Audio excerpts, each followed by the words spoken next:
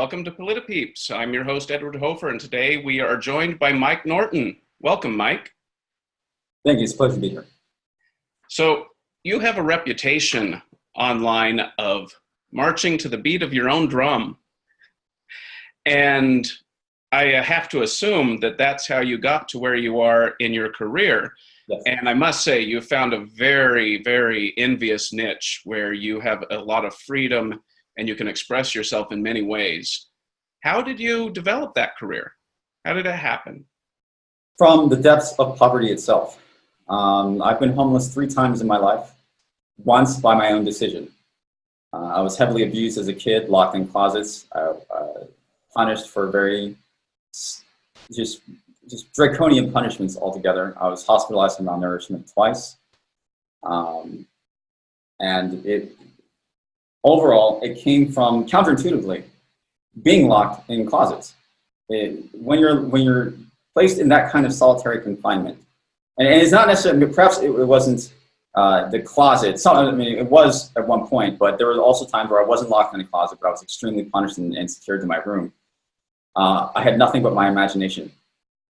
That's it. I had nothing but my imagination. I would create imaginary friends. I would talk to them. I would play chess with myself. I would just think and imagine and dream, and I would create my own problems and solve them. For a perfect example of that would be on my website, and one of many would be my memory palace that I've created. Just like how there are veterans, such as Vietnam veterans, that have been recorded to build the house of their dreams brick by brick in order to sort of retain whatever sanity they can while in prison. I did the same thing, but with my future. I built my own memory palace. I built, which you can see on the site. I built a grand array of possibilities through using my punishments, my continual punishments. There's one time I was punished and secured my room for 9 months, give or take. I used that time to just think and to develop the strategies that I would want to navigate my life with. And so certain things happened to me mentally that led to me disconnecting from other people, the opinions of other people, especially when you're punished for that long in so many different ways throughout your entire teenage years. That's how I just basically visualized it. I developed very strong powers of visualization that took me a long time to master. But I still wouldn't claim absolute mastery, but I would say that my powers of visualization came as an indirect consequence of suppressing my emotions during childhood abuse. And what I've learned how to do is to turn that into a strength, such as to visualize or to imagine pathways when applied or adjusted for reality, such as the laws of physics. It's just there's the laws of physics or the principles of economics, what is actually feasible and what is not. So to have a strong grip on what is real and what isn't. Now that's a philosophical conversation that we can have for hours, for years really. But that's how. That's fantastic. That's a very inspirational story, and you certainly managed to achieve a degree of success that a lot of people would like to emulate. So maybe if other people can learn from you how to unlock their imaginations, they can march to the beat of their own drum and then find themselves in the kind of world that they want to create. I mean, yes. Maybe you didn't create the south of Spain, but you certainly were able to find a good place for you there. Yes, absolutely. So according to the Credit Suisse Global Report, 1% of the global population controls about 47% of the wealth in the world. And in the United States, it's about 40%. And so in the United States, the bottom 80% only have 7% of the wealth. The common wisdom, the accepted wisdom in most governments is that we should tax the wealthy in order to redistribute it to the poor and to create a powerful social safety net to protect people from falling into situations where they will experience homelessness, abuse, and deprivation. How do you think that that has worked, and what kind of solutions do you think might work better? I think a safety net has only, such as social welfare, has only, it's only solved the problem for a very, uh, very tiny percentage of the population rather than what it was meant to. I get what social welfare was meant to do, what it is meant to do, but in virtually every scenario around the world, from Scandinavia to social welfare in Scandinavia to the communism of China to the communism of throughout Eastern Europe, Stalin, just in general, social welfare. And I understand you didn't necessarily touch on communism, but I mean, just the idea of social welfare in and of itself is not necessarily conducive to the benefit of humanity as a whole, considering that the tendency for people to take advantage of it, to grow dependent on their social welfare rather than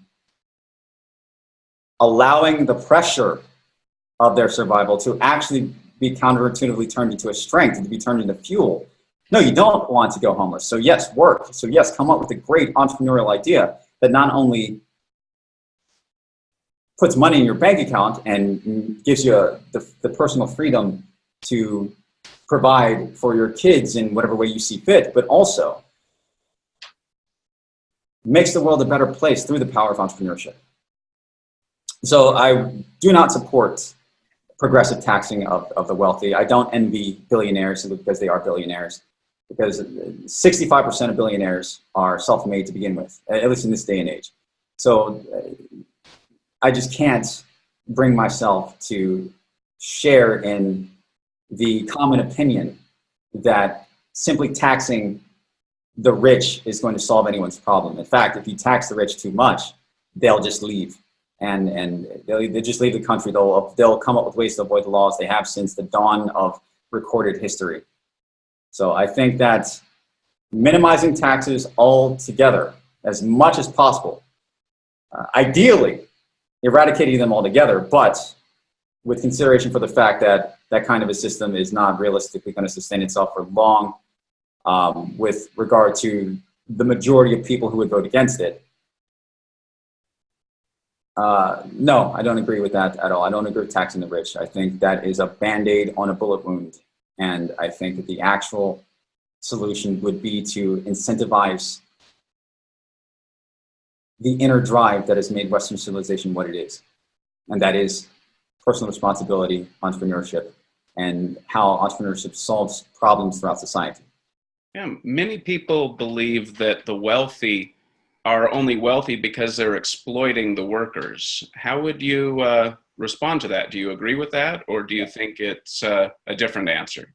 There are absolutely individual cases, but in general, no. I think that the moment anyone agrees to a term, to a contractual term with a company, a corporation, well, they opted into that of their own free will. No one put a gun to their head. You don't have to work for this company, and you can also leave whenever you wish. So when it comes down to, not just that, when it comes down to building a company, and this is me speaking from personal experience, I started from, some would argue, less than nothing. I was hospitalized for malnourishment and somehow developed a company that allows me to travel the world at will. I would say that there's also inner content of character that many poor people lack. And it's absolutely developable. They can absolutely developable. They can absolutely develop these characteristics. But they have to change the framework of how the axioms with which they use to interpret reality and make decisions. So, for instance, it's a common trope with the far left-wing thinkers and the far left-wing thinkers in general that the rich are not empathetic to the poor, and that they're greedy, evil people. But then I challenge that logic by saying, okay, are we not all human?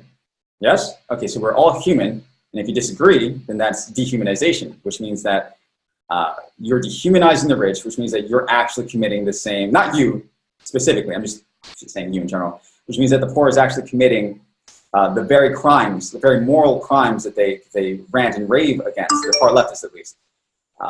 through the lack of awareness and integration, their lack of awareness and integration with their Jungian shadow. So I think that it's not necessarily about empathizing with the poor more than it is actually empathizing with the rich. Because you could put a poor man on top of an empire. You give him an empire. But that doesn't mean that he's armed. He's equipped to psychologically handle it in such a way that he could sustain that wealth. He can maintain it or even grow it. That's why you see people who are poor people, or at least people within the general populace. They don't necessarily have to be below the poverty line. They hit the lottery and then they're poor within a week or a very short amount of time because they don't know how to psychologically handle the wealth that they do get. The sudden influx of income that just rushes into their lives without having first changed their behavior as people, which requires deep inner reflection and experience. And the willingness to question everything that they may have been taught by their parents who were likely also not wealthy. So when you put a poor man, when you give a poor man an empire, likelihood is he won't know what to do with it. And he'll most likely drive into the ground. Unless that poor man empathizes with the rich, he empathizes with the emperor, and in the process becomes the emperor and realizes that he can indeed create his own wealth and he can maintain the empire that he was given. But in the process, he would have transformed into the very person he thought he hated in the first place. So it sounds like you think a big part of the answer is empathy. Yes. That's very interesting. You've got a really sharp mind. I just have one more question for you. Some people might say to you, well, that's all very nice for someone like you. You're very intelligent, you're motivated and driven, but what about normal people who are just average in most abilities? How can they be expected to acquire wealth and maintain wealth without a social safety net or a redistributing state? I would say they don't have to be super intelligent, they don't have to be super driven. All they would need to do is I would recommend, I wouldn't force anything on anyone, I would recommend that they take a second to self-reflect and question how they were born in the positions that they were to begin with. It wasn't their fault that they were born where they are in life. But it is the fault of whatever decisions that their ancestors, recent and distant, made, which led to a series of consequences, chain-linked consequences, that led to them being born in the position that they are. So I would first question, and this is something almost anyone can do. I would first question the history of what got me to where I am without blaming anyone else other than my own line. And the reason why this is critical is because the moment you start putting the responsibility for your fate onto other people is the moment you strip yourself of your own power without even realizing it. So the moment one takes personal responsibility for the story of their own bloodline is the moment that they can analyze with a clear mind what actions their ancestors took to put them, to lead them being born into the position that they were. And then once they start questioning that, that's, I would say, one of the first stages to developing the mindset necessary to start making different decisions, to break the cycle of their respective bloodlines, their family histories, regardless of what ethnicity they are or are not. And then they don't have to be super talented to simply change their saving habits. They don't have to be super driven to just simply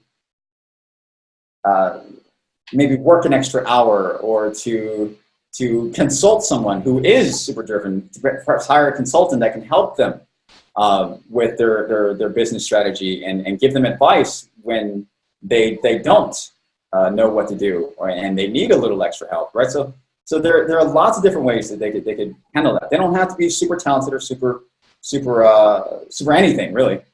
The average person can better their economic standing by simply taking a second to reflect about the intrinsic reason. Yes, there might have been a historical oppressor, but what led to that oppression, what decisions, going even deeper than that, what decisions did their respective ancestors make, which led to them being open or vulnerable to the oppression to begin with, which then led to the series of effects, consequences that led to them being in the position that they are, and then changing that the thought process while sort of gut checking the personal sacrifices that they'll have to make in order to get to where they want to go. And they may not necessarily be an Elon Musk. They may not necessarily be me. They may not necessarily be anyone that is in the media as a public entrepreneur. But they most certainly would better their economic standing by making different decisions than the people who were in worse economic standing. Those are certainly very interesting answers, and you've given me a lot to think about, a lot of very interesting things to think about. If I may leave one word before we completely end this, because I understand that I may seem off the wall to many people. I would just like to clarify exactly what it is that I'm about and what my mission is. And my mission is to simply demonstrate a nonviolent example, one that is compatible with Western civilization, based on my merit and the content of my character, while uniting all facets of my bloodline, the strengths of every cultural ancestor, in as logically coherent a way as possible within the boundaries of my epistemic limitation. However imperfect or damaged I may be, for nothing more than, and I should mean to stress this, for nothing more than the sake of evolving into a better state of being through personal responsibility and the process of self-actualization. And in the process of doing so, I hope that how I change, how I continually change, leads me to making increasingly better and more moral decisions that lead to consequential effects that leave the world in a bit better state than it was when I was first born into it. That's a noble and honorable goal, and even if you don't succeed, you'll probably make the world a better place just by trying. Thank you very much, sir. So how can people find you online, Mike? They can visit my website, www.nortonsmind.com, and on the website, there are links to the two main social media pages that I frequent, which is Facebook and YouTube. Fantastic. And once again, my name is Edward Hofer with PolitiPeeps. If you enjoyed this video, please like it and share it with your friends.